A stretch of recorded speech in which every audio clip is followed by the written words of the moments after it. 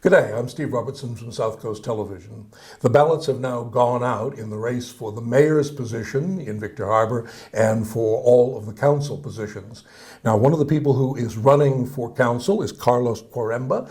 And Carlos, your material is now being handed out in letterboxes all across the city. Yes. And one of the promises that you make is to keep rates as low as possible. Yeah. How are you going to do that? Well, I guess you have to define what's low as possible. And by doing only what we really need to do, the essential services, then we can keep those rates as low as possible. It's only when we start going off on different tangents and promising things that we can't deliver, then we start being wasteful with our money. You were one of those at the forum recently who put his hand up when he was asked about limiting the amount of rate increases. Why did you decide to put your hand up? I think now more than ever we're all feeling the pinch. The cost of living crisis that is going on currently is not going to get any better anytime soon, and a lot of people are struggling on a weekly basis. And I think it's very important. It's actually a moral imperative of the council to keep those rates as low as possible and do it tough like the residents of Victor Harbor. How do you do that, though? What in practical terms do you have in mind, particularly in inflationary times? Well, only, as I said, only provide the services that we actually have to provide or that are required. Trying to minimise the projects that we take on, finish one project before we start another, and make sure those projects are costed correctly.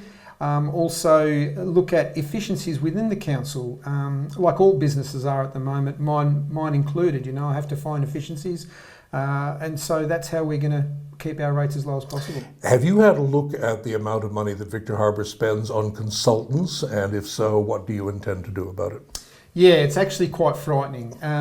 We tend to, when I say we, the council tend to get a lot of projects shovel ready, which means they spend a lot of money on getting these projects to the point where they're ready to go, but the funding isn't there. Now that money, unless that project is done within the next 3 months, those prices that they've collected would be null and void, because most contracts are, quotes are only good for 7 to maybe even 2 months at the most.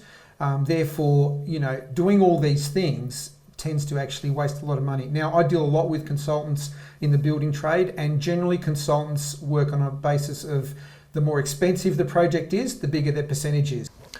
Carlos, a lot of people in this race have been talking about the housing crisis, both for purchasing and renting.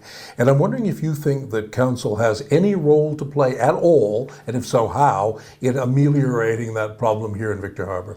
Well, yeah, there has been a lot of talk, and it's been a lot of talk over the last 4 years, and that's all we've seen is talk. I believe now is the time for action, and the only way that's going to happen is by actually pushing things forward. I believe that there is a situation where if the council does own some land, instead of it having sit there, why don't we put it out to developers or investors where we say, look guys, we'll provide the land, you provide the housing, we may reduce the rates on those houses for say 5 years, but you have to sign agreements with families who are really struggling now for that 5-year period. It may be a reduced rent where then they can save for their own deposit. Now, this would be a great investment for the council, because at the end of the day, we all know that housing does go up in price. And it's also providing a very much needed service to the community. You could also use it for people that are suffering from domestic violence, or people that are elderly that are struggling now to pay the rent, or have been kicked out because new owners have taken over and they've bumped the rates up. I mean, there is a lot we can do, but talk is cheap and time is now for action, and there's only certain people that are going to make that happen. As a builder yourself, you'd be familiar with what the art of the possible here, how many homes and how much of a dent could we make in the homelessness problem?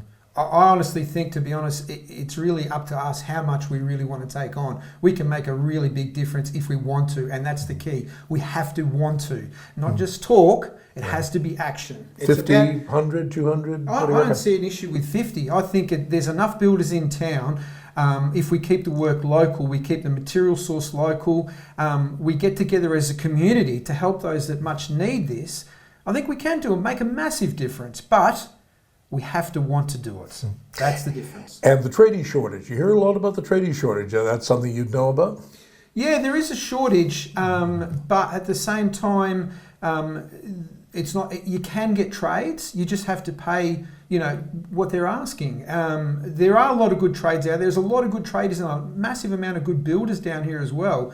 I do predominantly most of my work up in town, but there are a lot of big builders down here that are more than happy, I would believe, to jump on such a project that would benefit the community. How do you counteract this us versus them mentality that we did see on occasion at the council? Look, I think one of the biggest issues that I can see with the council is this use of code of conducts. Just because someone doesn't agree with you doesn't make you right.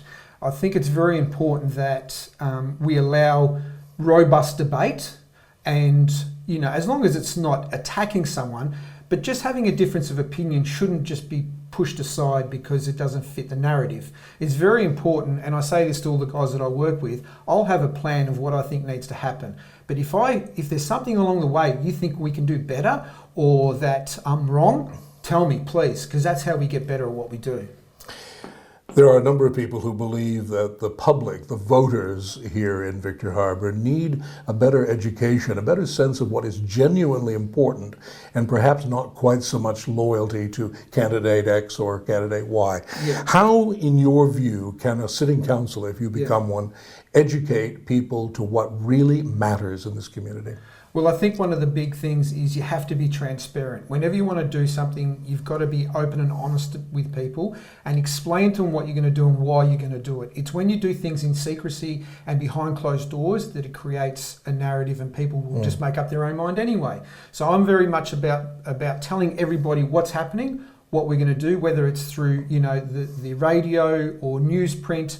At the end of the day, a demographic of Victor is an elderly population, and I don't know whether a lot of these people would be using the internet. So as great as the website is for the council, it may be also important that we do go back more to the local papers and advertise through them, and also have forums, invite people down. Because a lot of the time people just want to be heard. So if you give them that opportunity to be heard, you may not always agree with what they've got to say, but at least it gives them the opportunity to be heard, and then we can move forward together. Carlos Quaremba, thank you very much. Thank you. Authorized and spoken by Carlos Quaremba. I'm Steve Robertson, produced by South Coast Television.